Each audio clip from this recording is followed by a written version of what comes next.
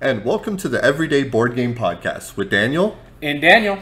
And today we are talking with Justin De Witt of Fireside Games. Hello, Internet! And if you're not familiar with Justin's work, he owns Fireside Games. They came out early, which we're going to get into later, but in 2009 was really the breakthrough moment with Castle Panic. And still, to this day, that's probably... I'm guessing that's probably still your most talked about game. Most talked about and bestseller. Yep. Yeah, and bestseller. Quite literally the evergreen, right? I mean, yeah, exactly. Yes. Yeah, I mean, it did incredibly well for you, enough to keep you guys in the business and in the industry for all these years. And yeah, so we wanted to do this board game breakdown and go over all of the back catalog, most of the back catalog of Fireside Games. I love it. Yeah, we say most because. And so we didn't talk about this before, but I'm going to throw you a curveball right off the bat, Justin. You ready? Let's do it. I'm ready. Actually, I think we've talked about this before, you and I, and it's about a different company that was also somehow known as Fireside Games, like in the 60s or 50s. Yeah. Yeah, I only have one game. It's called Sly.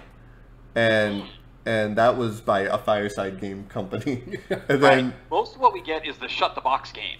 I don't know if you ever played that. It's one where you have these little pegs on a wheel, and you roll a die, and when you get that number, you slip them down. The idea is to try and keep knocking down without ever dulling out. It's an old-time, what they call parlor game. Yeah. I don't even know who owns the actual trademark on that, but back in the 70s, I think it was, a company called Fireside Games published those and made them, and you can still find them every now and then, but they've been out of business since, like, I think 91 or something like that. So when we did our trademark search, we were like, okay, nobody's been around for a long time, but I still get phone calls and emails every now and then about, can you help me find or replace this piece? I'm like, oh, wrong Fireside. I can't help you at all. Right.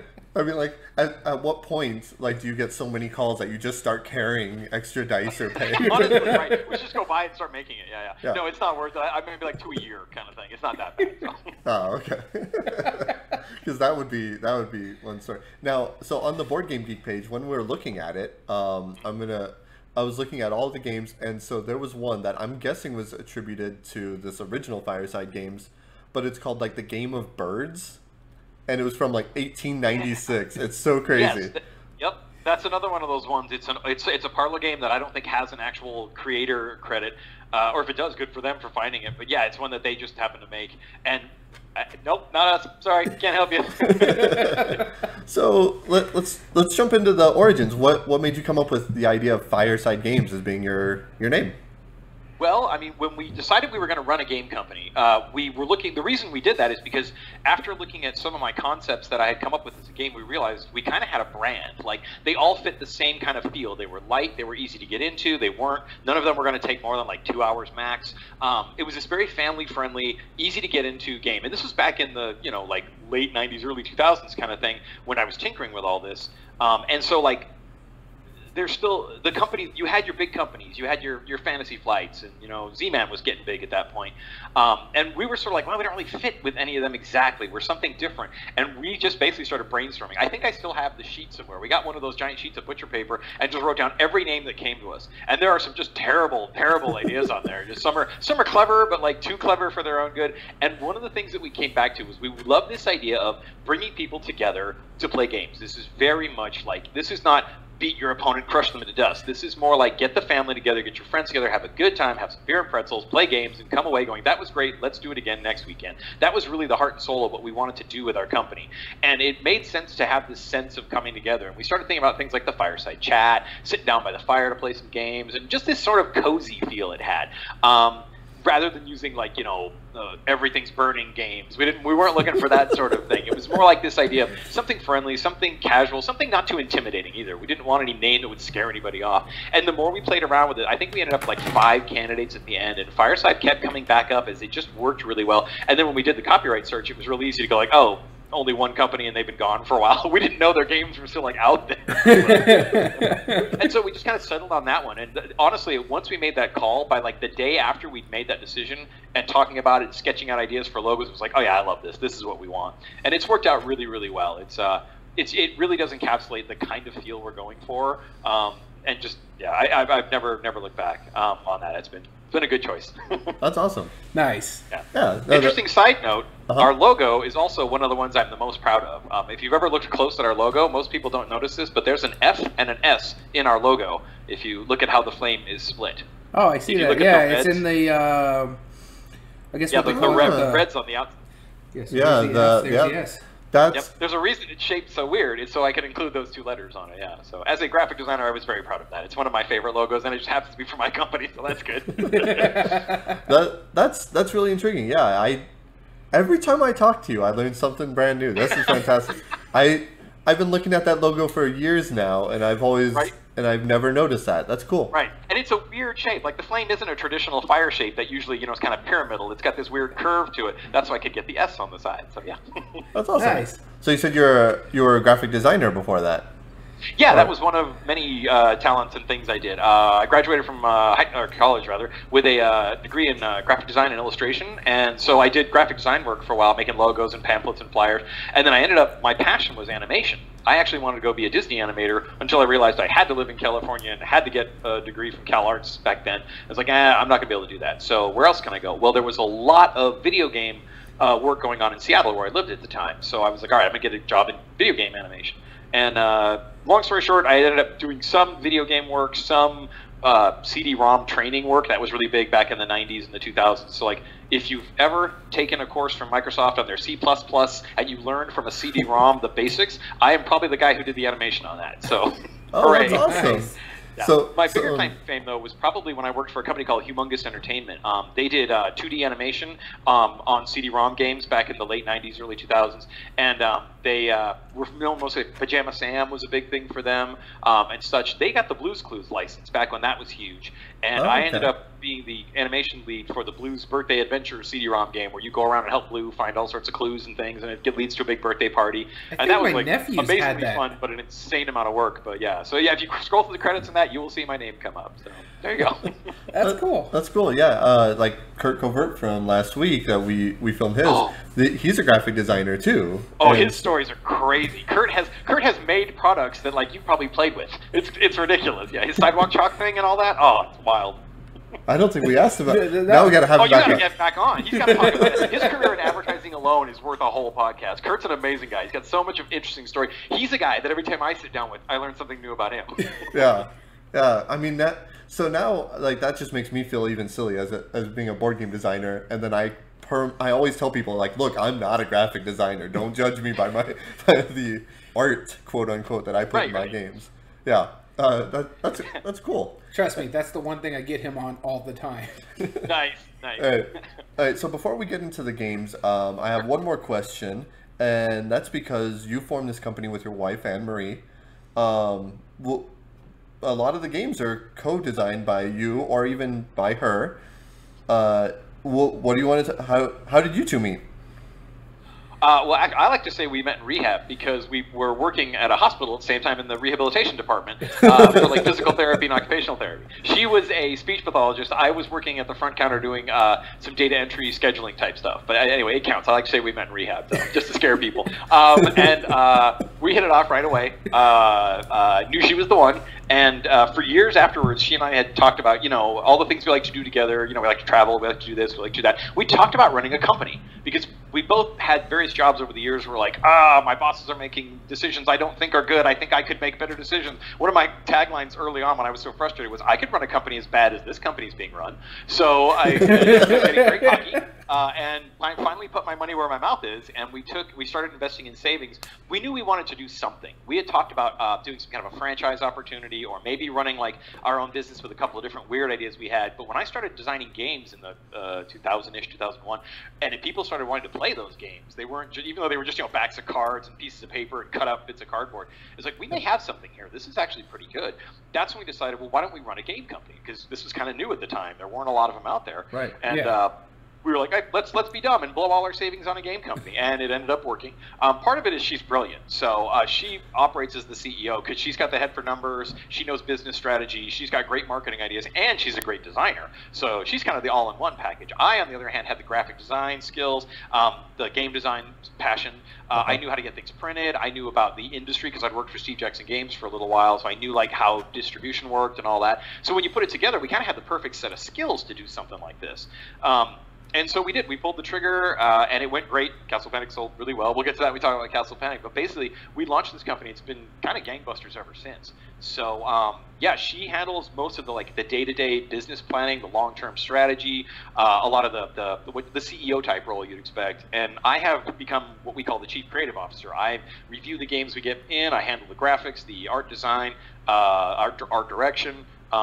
So I don't do as much art as I used to. It's better to pawn that off to the professionals now, as my work has become more focused on design and a lot of the marketing and back-end stuff. Running a company, there's a lot of other things you have to do that have nothing to do with games. It's the company rolling. So we split those tasks and stuff. But yeah, so she has a background in creative writing, and again, she's been a vice president of a multinational corporation, so she has all these weird skills that she brings, and she's also got really interesting game design ideas. We'll talk about it, but like Bears was hers. She's the one who took Munchkin Panic to its fruition and all that, and then Bilge Prone, which I love. So like, there's all these things she's done.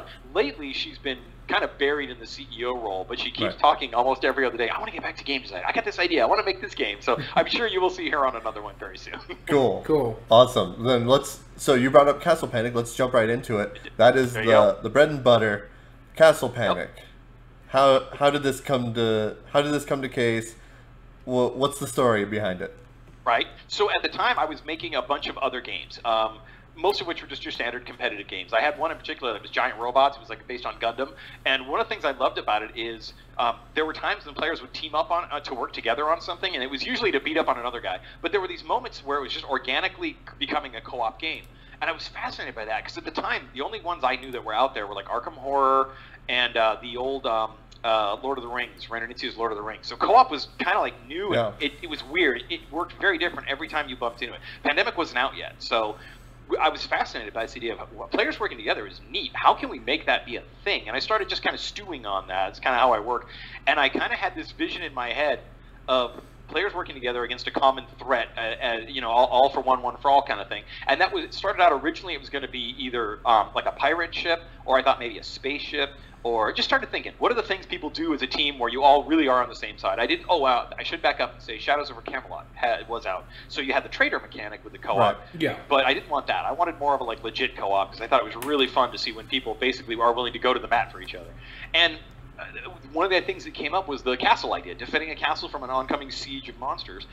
This was when the Lord of the Rings movies were out, so there were some really good visuals, too, of imagining an ocean of bad guys just marching towards you. What would you do other than, pee your pants? Like, well, let's find out. Put the characters at the table. Let's make them do it. And so I started tinkering with that, and I knew right away I wanted to make it super streamlined, because the big thing back then was nobody knew that board games were a thing. I mean, to some degree, they still don't. But, like, anybody on the street would not understand when you said board games. And I wanted something that you could show to someone who'd only ever played Monopoly, and they'd go, yeah, I want to play more. So we made this really streamlined, really simple, very fun, fast-playing, giant monster army fighting game that, went through various phases. The first one was almost unplayable, and I almost threw it away. Luckily, I put it aside for about 4 months, came back, fixed it a little bit. And it was very much my evenings and weekends hobby. I worked on almost exclusively Castle Panic for several years. But like, I say years, but I'd work on it for like a couple of weekends out of a month maybe, and then not for 6 months. So, when I say it took 10 years to develop, yeah, but if you boiled it down, it's not that long. But eventually we had a version that was playing really well. I was refining it. I didn't realize what I was doing at the time was called playtesting. I was just refining. Every time someone said they didn't like something, I'd shave off the edges. And we got to a point where our friends were actually asking us to bring it when we'd go over for, Friday night hangouts. And I was like, okay, we've got something here. They like this. This is good. So that's when we started taking a more serious look. I was like, well, I've got these graphic design skills that I can put in more seriously. And I ended up we started looking at some of my other designs, and instead of saying, let's launch our own company, our first thought was, let's look around. And I ended up getting a job at Steve Jackson Games for a few years doing production for them. And that's where I really learned a ton about the industry, what goes on behind, how you get into distribution, and how you get games onto shelves and all that, the very complicated processes. That led to us starting Fireside, and we started by launching Castle Panic. That was the thing. The story there that always cracks me up is we were working with a fulfillment partner to get our games into distribution because we're so small, distributors weren't going to take a chance on us back in the 2000s. So we went with a fulfillment partner.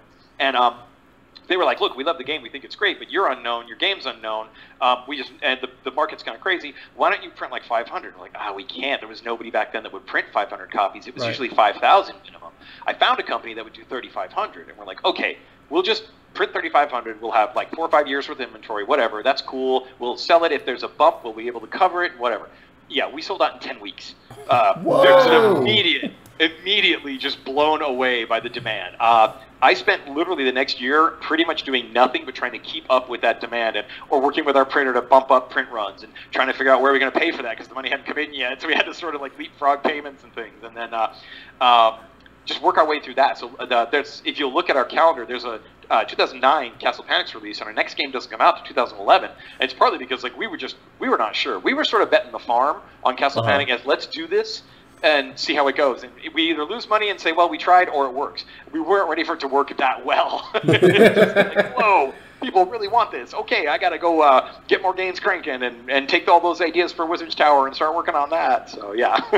That's fantastic. It was an adventure. What's interesting for me about this is that your first game was the one that is your evergreen. I know some of the other interviews that we've done, it took them a while to hit their stride, and then they had like their third or fourth game is the one that really put them on the map. That's quite impressive that this was your first one.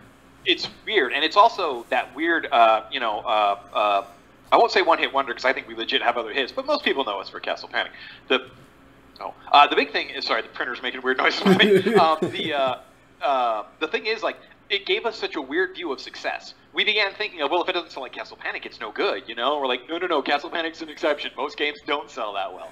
And it really did make it hard to follow that up, as we'll get into with our next games. It was it hit so many things right, and I was still pretty young as a designer. I'd made other games and taken them to fairly finished spaces, but I had a lot to learn still, and I got a lot right on my first hit, and I learned a lot from the things that we did afterwards, too. And I think a big part of that, too, is all the different variations of the game. You got the Munchkin Panics, the Dead Panics, the Star Trek Panics. Yep. Yeah. It's a pretty flexible system underneath it all, to a degree. It only really works when you have the sort of siege idea of we're in the middle and things are coming at us. We've tried a couple of other variations with different themes and genres and IPs, and it won't work if you don't have something to defend like that. You can't just throw anything on this. And when we get to Dead Panic, I can talk about why that had to be the way it was, because there's a lot that doesn't work in certain ways. Like, it's a system that works good at what it does, but it breaks quick if you try to make it do other things. So. Okay, cool. Yeah, then we'll definitely pull that up here in 3 panels. Daniel, you want to take this one?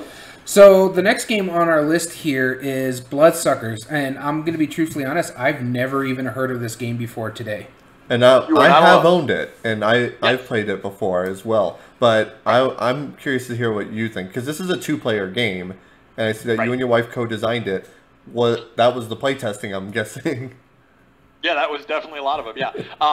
So Bloodsuckers was our follow-up. Obviously, everybody was like, wow, Fireside Games, Castle Panic, that's great. And one of our concerns was that we didn't want to be known as only making co-ops, and we didn't want to be known as only making this type of game. So our thought was, all right, what we need to do is like kind of show both ends of the spectrum here. Let's show another game we can do that's more meaty, that's got a more, excuse the pun, bite to it, and a little more chewy, a little more of a gamer's game kind of thing.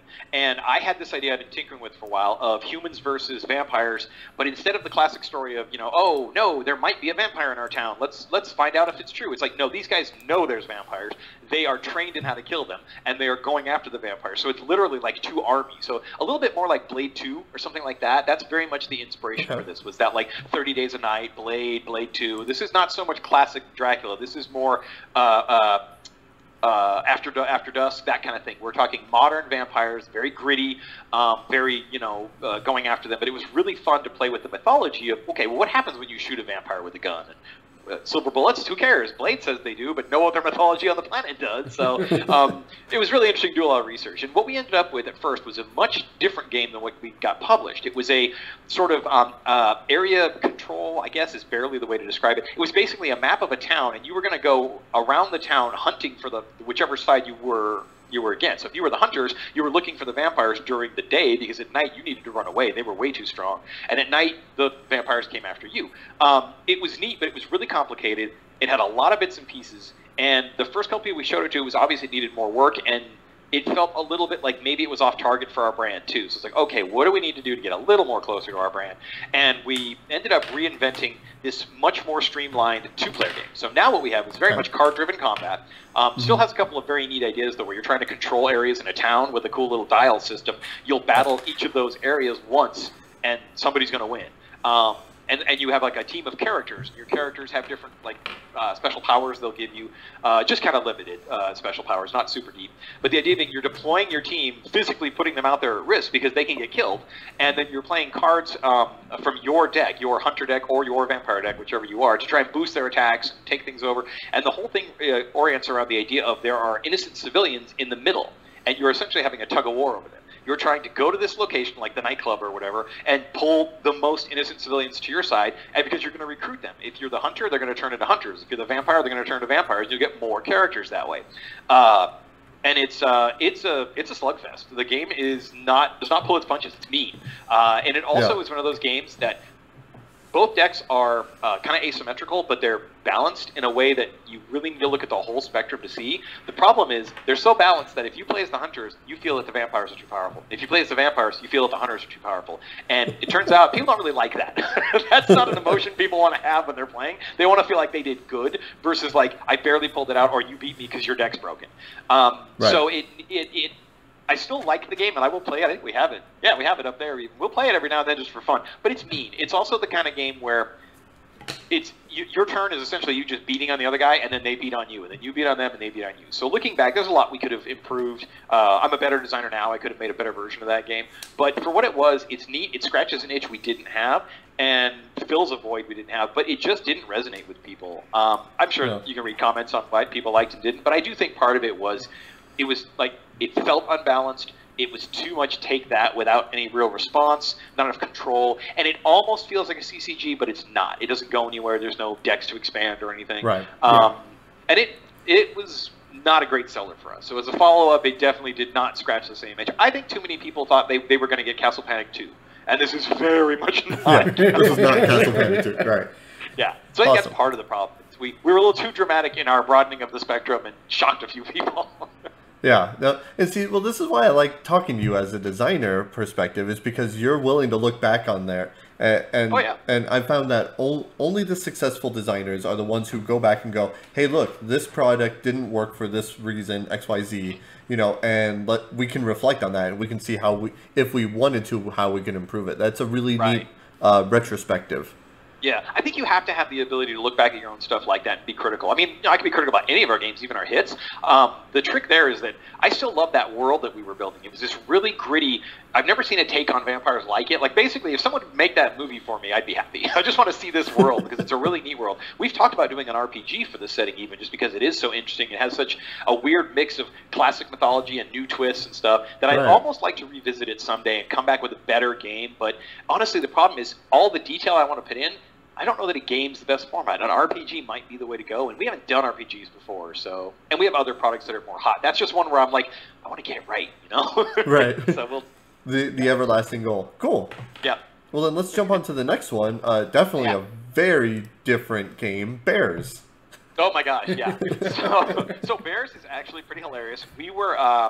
Look at dice games. This is back when dice games were really starting to explode. We loved the idea of making something fun like that. But most dice games were based on press your luck, you get 3 rolls or something like that, and you're out. And that's great. But we wanted something different. We wanted to be something a little more original.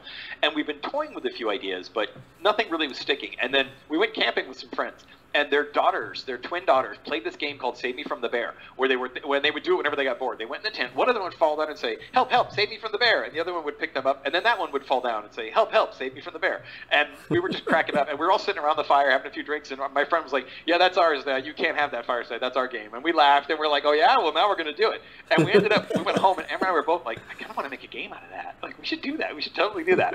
My friend Mike, we're like, "We'll tell Mike. We'll show it to him and go, haha, look what we did." And then we started joking around, like, "Well, how would you make a game about like bears in a campsite and all that?" And I came up with one that was kind of complicated. It had these little tokens you were going to move around and all that. And Anne-Marie one day, she calls me into the office and she's like, "I wrote out some notes. What do you think?" And she basically reads me the rules for bears. I'm like, that's brilliant. We need to make that right now. Let's do that. And so we mocked up some dice. We started playing. We tweaked a couple of rules. And at one point, it actually came with a board. It was like, it doesn't need a board. It's just a dice game. So honestly, that is probably one of the fastest development games we've ever had. I think it took us about 2 weeks to polish the rough edges off on that one. Like, this is just super fun. And the way it works, for people who don't know, it's like a speed game. You have a pile of dice in the center of the board that are white, and they either show a tent or a bear. And then everybody gets 5 black dice that have either runners, tents, or a gun on it. And what you do is you make pairs out of this as fast as you can. When someone says go, you roll the white dice all at once. Everybody rolls their black dice, and then you grab 1 white dice out of the center and pair it with your black dice. So you're just, it's almost like spoons in that sense. You're going as fast as you can. What's going to happen is, since the white dice never get re-rolled per turn, they're going to end up either all bears or all tents at some point, because you're going to take away the last one that's different. Once it's all homogeneous, once you've only got one face, that's when it ends, and then you score, and you get points based on the results. So all your paired dice will now be judged based on what the end result. So if you have no bears left, meaning there's only tents in the middle, then all the bears are gone. You did it. You chased off the bears, and you're safe. That means all your runners get points. Any bears you shot to keep the campsite safe will get points. And anybody who sleeps in your tent, which is one of your options, will get 5 points because you did it. You slept through the bear apocalypse. Good job. But if there's bears left, it's the opposite. They eat everyone still in the campsite. So your sleepers are now negative points, and you still got points for running away, and you still got points for shooting a bear. But your sleepers are this big risk-reward thing where they're either worth +5 or -2, and it's all based on what's left in the middle. So it sounds chaotic, but you got to remember, you're the one taking dice out of the middle, so you can kind of steer that pile the way you want it to go. Do you want to leave tents? Do you want to leave bears? And it all happens in like 20 seconds. I mean, like, literally, that's how long a round is. About 20 seconds. Catch your breath, roll your dice again, keep going. So it is very much a speed game. And that has been a perennial bestseller for us. People love bears. It always sells well, especially at conventions. It is so fun to sell it at conventions. Oh, because the best part is, when the white dice end up being only bears or only tents, when the last other one gets taken away, you yell, bears! And so that's hilarious to hear just people yelling bears around a convention or whatever. It's also really funny when people take it camping and you're out in the woods and people are yelling bears. I love that. Yeah, I mean, it's not like your games are ripe for abuse of the titles. Yeah. It's like, who made this game? Oh, we're on a plane. Fireside Games made this game. Is this a crowded theater? Let's play fire. Yeah, no, I haven't felt that way. That's awesome. I enjoy bears a lot. I do like the speed aspect of it, because you're right, it's not a push your luck style game. It is a speed game, but it's variable on how it ends up. Have you played this one? You said I have. You have. Yeah, okay. I enjoyed it. It was fun. You can add another set for more people. Like when we launched the game at a local game store, we had a 16-player game where we just had to dump multiple sets together and get a huge table and have all these people lined up around it. It was super fun. That's fantastic. And I will point out that this also won an Origins Award as well, which was awesome. Yes, I got nominated for, I can't remember what it was now. Best family game? Best dice game? I forget, yeah. Yep. Best family party children's games. Yeah, that's awesome. Very cool. Yeah, so let's head on to the next one. Got nominated, too, for Game of the Year. There's an interesting story. You know what we lost to that year? What's that? The re-release of Space Hulk. What? Yes, thank you. That's how I feel, too. It was in the new game category, and everybody was excited because Space Hulk was available again. And I get it. That's cool. That game had been out of print for like 20 years or whatever. Sure. But it's not a new game. It should be in the same category as a new game that's actually trying something different. And we lost to that. I remember being like, oh, okay, that's how this works. I mean, but I'm not bitter. That's you're not bitter. Yeah, no. That's absolutely like the Metallica losing Jethro Tull for like heavy metal. I phrase that off. Remember back when that happened? It's kind of like that. Yeah. All right, you want to take this one? So mentioning it earlier during the Castle Panic, the next game on our list is Dead Panic. Right. So, so almost from the first day Castle Panic came out, people were asking for a zombie version. Because you got to remember, this was right when zombies were really getting hot. Yeah, because this is when Walking Dead started taking off, correct?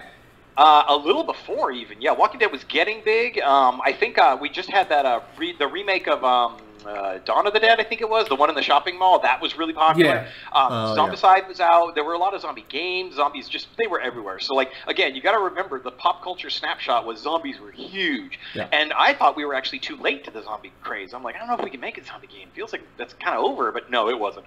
So I started tinkering with it because the idea was appealing. Like, how would you make it matter? Well, the problem is, in Castle Panic, everything's abstracted. You are not on the board at all. It's a tower and a wall. And it's not even your tower. It's like you're just the castle. So and we tried like, okay, well, what if we put people in the inside the middle, and we made it like a cabin in the woods kind of thing, and the zombies come in. And my first thought was, well, you can't just slap Castle Panic rules on this; it's not going to work. But let's try. Sure enough, about 10 minutes in, I'm like, it's an absolute mess. None of this works. Doesn't make any sense. There's no sense of risk. Nothing happens. So we had to rework this game to get the things that I think are important in a zombie game. You have to feel like you're at risk. You have to have enemies that are smart enough to make you feel that way, even if they're dumb, because the monsters in Castle Panic are dumb. They just come straight in, they'll smash into a wall and kill themselves. These guys, for one thing, they're already dead, so they can't kill themselves, so that's different. And so very quickly what evolved was an idea of you're actually going to have a character instead of a tower. Same basic idea, though. The board is cut into the arcs and rings and all that, and same with the inside. We did make the board bigger. We took out one of the rings, if you're comparing the games, and made the inside ring bigger because you're going to be moving around inside it. So you're now a character who has actions that can do things like move. They can pick up items. They can carry things. They have a limited amount of stuff they can hold. They can use weapons. They also have health, and my favorite part is that health is finite. When you run out of health, you die and you become a zombie. You actually flip your character board over, you turn into a zombie, you get a new character token that's on the board, it looks like one of the monsters, and your goal switches. You can now potentially win the game by killing all the humans. So you literally switch sides halfway through in the game. And that was huge. I wanted that to be that's so much a part of every zombie movie and story we've ever been told, so we put it in the game. Then we had to figure out how to make the zombies move, and that's probably the most complicated part of the game because they're still dumb tokens, and this is where video games are so much easier than board games. You have to put an AI into it, and basically in Dead Panic, zombies will go towards what they can see, and they can see what's in the same arc as them, as well as the arcs to the left and the right. So if they don't see anything, they're dumb and they just go forward. But if you pop out or a human survivor shows up, they're going to be like, oh, he looks good, let's go get him, and they're going to change arcs. So their movement is different. They actually move with a bit more of a flowchart kind of thing. It does make the game more complicated, and I don't think we explained that as well as we could have. That was one thing where we got a lot of feedback on. I don't understand zombie movement, so made a bunch of videos and things. But when it works right, it is very cinematic. This game plays like Night of the Living Dead kind of thing. Also, it's got a lot of interesting elements in that zombies don't take any damage when they crash into the walls. They put a crack in a wall, but they themselves are already dead. They don't care. They'll just keep clawing away at it. So you get these just hordes of zombies outside your wall, and then they'll punch through, and all of a sudden they're in your cabin, and you have to run away from them. Also, your weapon deck is limited. Unlike Castle Panic, where you shuffle the deck over and over, it's a one-time deal. You go through that cabin deck once, and that's it. And your weapons can be guns, which have limited ammunition. We have a twisting system where you rotate the card to show your bullets have been used. And when it's out of bullets, you can still use it like a club and whack a zombie, but it'll break because it's not meant to be used that way. So it's like a one-time use. Then you have melee weapons that are meant to be hit over and over again. They don't break, but you have to be in the same space as a zombie, and it's a die roll system where every zombie has like a target number. You roll 2d6 with some modifiers to try and beat them, and if you fail, you either drop that weapon or you take an injury. So it's up to you. Those, like I said, those weapons never come back, and they basically break. So it's brutal. You bleed out through the deck. Your character starts taking injuries. And here's another favorite part: Castle Panic ends when all the monsters are on the board and you beat them. This is a zombie horde. It's endless. The bag refills over and over until you win the game, and you win the game by getting rescued.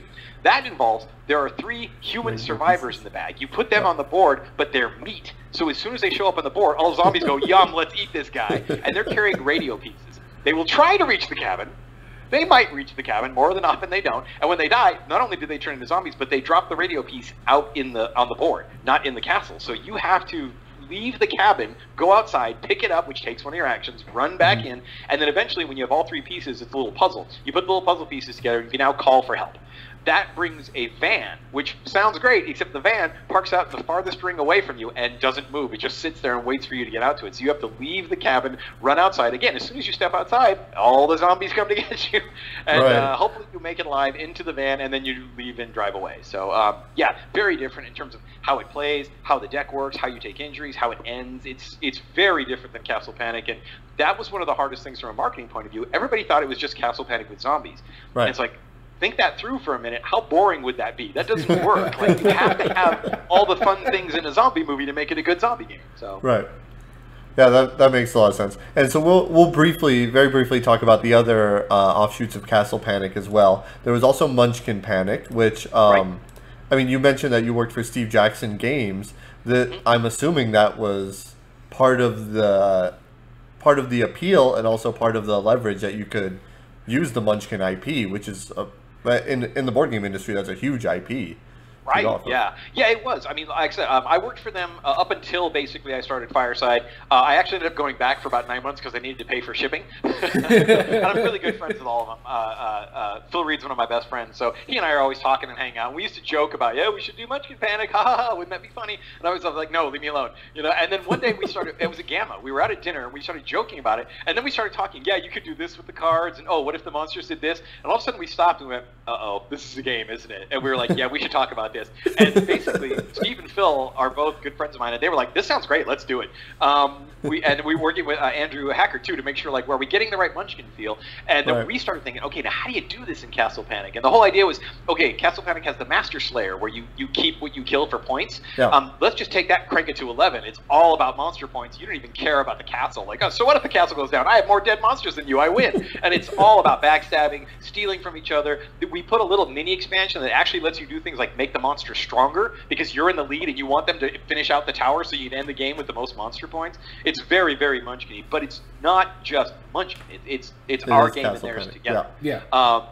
And so it was a lot of fun to work on. It was really interesting to kind of match those two together. Fans loved it at first, and then I think what happened was the people that got it, and then after a while it started breaking down into, well, I like Munchkin, and I like Castle Panic. I don't really want to mix the two. So it kind of like had weird sales. They were kind of up and down, and there would be moments when someone would go, hey, check this out, and it would do really great. And then other moments where people are like, I'd rather play Munchkin or I'd rather play Castle Panic. So for some it worked, for some it didn't. I mean, granted, it's still, numbers-wise, it sold a lot. It did really, really well for us, but it also is one of those games that just sort of trickled out after a while. I think part of it is Munchkin itself has kind of hit a sort of saturation point, and the game suffers just by being associated with that, but also that I think if you're not one of the people that gets how fun it can be to mix it, it just feels like something that doesn't scratch the itch you want. So it seems odd. Don't regret it. Yeah. Certainly don't regret it. It was a fun game. It was really neat to work on, and it exposed our stuff to a lot of new people. And I have some people say it's their favorite Panic game, but it was an odd thing, and I can see why it didn't work, but I also know that it works for an awful lot of people, so I can't really complain. I really enjoyed this version of it, just because of the shenanigans. We used to play this a lot at parties and have a really good time with it. Yeah, it's so fun. The crazy backstabbing you can get into where it's like, I didn't see those combos coming. How did you do that to me? And why did you steal all my points? Yeah, exactly. Yeah. Cool. It's probably one of the ones I like to play the most because it's so different than regular Castle Panic. It's so like, you could just be that jerk who wants all the points, whereas regular Castle Panic, I never feel good about that. I'm like, oh, we need to work together. This one, it's like, no, money. It's all for daddy.